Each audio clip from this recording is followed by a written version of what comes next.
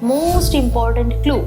Intermittent hiccup and myoclonic jerky movement in all limbs when he is on the ventilator. She had ligation of patent arterial duct or ductus arteriosus at the age of 8 months and had been diagnosed with complex partial seizure.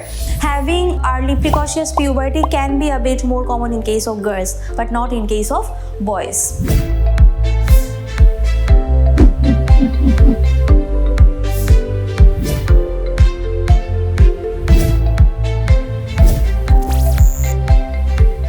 This was a case about metabolic disorder that we read, that neonatal hyperglycemia. Okay, so a male infant with a birth weight 3.5 kg admitted to the postnatal ward to the neonatal unit about 10 hours of age with a history of poor feeding, lethargy, floppiness. He was born by NVD and was noted to have umbilical cord around his neck.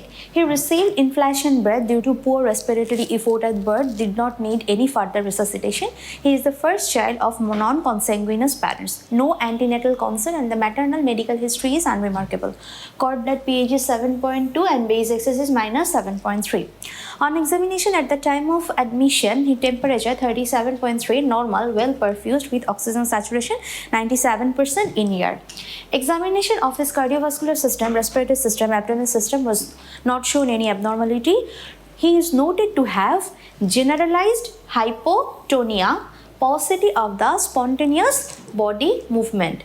No dysmorphic feature, head circumference length around the 15th centile, external genitalia normal, blood glucose on admission is 4.2. He started on an intravenous antibiotic after the blood culture was taken. Now come to the investigation. Hemoglobin okay, WBC count okay, platelet okay. Urea 4.2, sodium, potassium, creatinine, calcium is low, magnesium low, CRP less than 5. He is noted as having frequent and profound apneic episodes since about 6 hours after his admission and requires mechanical ventilation. He is also noted as having intermittent hiccup.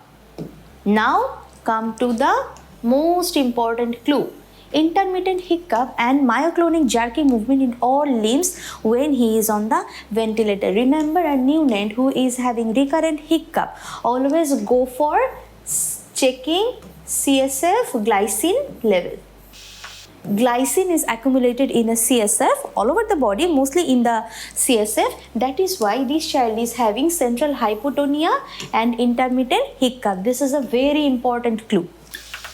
Most likely diagnosis is neonatal non-ketotic hyperglycemia.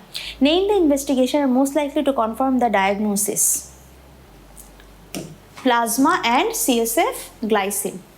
This is the diagnostic investigation.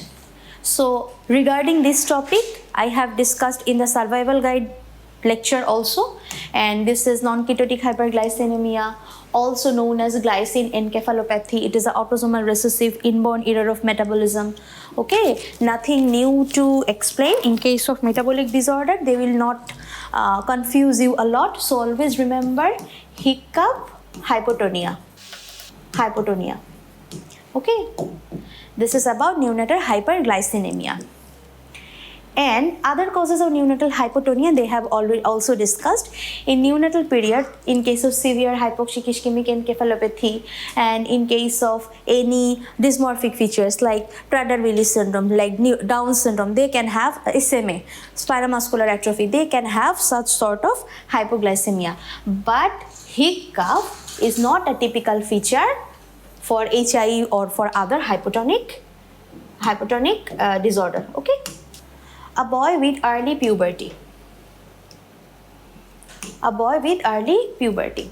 So, 8-year-old boy referred to a pediatric OPD with concern about sexual precocity. She had adult sweat odor for 2 to 3 years. Already 8-year-old, last 2 to 3 years he is having adult odor. So, whenever you will see, when you say early puberty, in case of girls, before 9 years and boys yes. before 10 years. In case of girl, before 8 years, boys before 9 years. Not 9, 10, 8 or 9. Okay. Okay, he has adult sweat odor for 2 to 3 years and patients think his penis is larger than it should be. He also has some pubic hair and acne. On examination, he is generally healthy boy. Height is on 91st centile compared with a mid-parental height of 50th centile. His weight is on the 75th. He has moderate facial acne, testicular volume 8 ml bilaterally, and reached Tanner stage 3 of genital and pubic hair development. So the remainder of the examination is normal. So it is a clear-cut case of precocious puberty. Which one of the following is the most likely diagnosis, and which one of the following will confirm the diagnosis?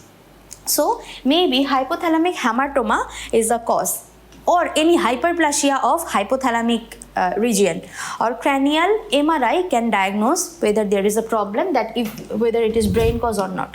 Let's go to the discussion. Answering this question requires knowledge of normal pubertal development. Puberty should only be started at the age of 8 years and 9 years in case of boys. Okay. In both sexes, it follows a set tempo, staged clinically using the Tanner criteria. In the Master Course AKP book, there is a Tanner criteria. Menarche comes towards the end of puberty when growth is already slowing. In boy, there is gradual enlargement. This is the basic physiology, how a puberty should be started.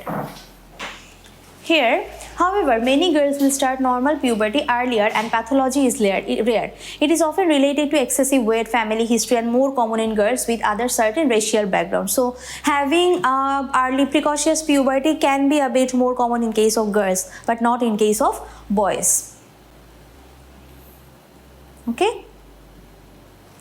When assessing early puberty, sexual precocity, we use the history and examination to determine what hormones must be responsible and consider the possible source and relevant investigation. The causes are best considered to be gonadotropin dependent or independent.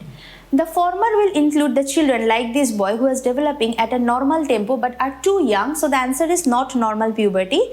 His enlarging testes are clinical evidence of activation of hypothalamic pituitary testicular axis, excluding adrenal carcinoma and congenital adrenal hyperplasia as diagnosis. He is tall, is not related to him being overweight, which is usually the most common cause for being tall for the family during childhood. A cranial MRI scan is mandatory, and hypothalamic hamartoma or tuber cinereum hematoma is found in 33% cases. As this is the most common cause, that is why it is considered earlier. Lack of enhancement with contrast media helps distinguish from rarer causes such as germ cell tumor or Langerhans cell histiocytosis. So the most common cause is hypothalamic hematoma. So they are considering these as the primary differentials.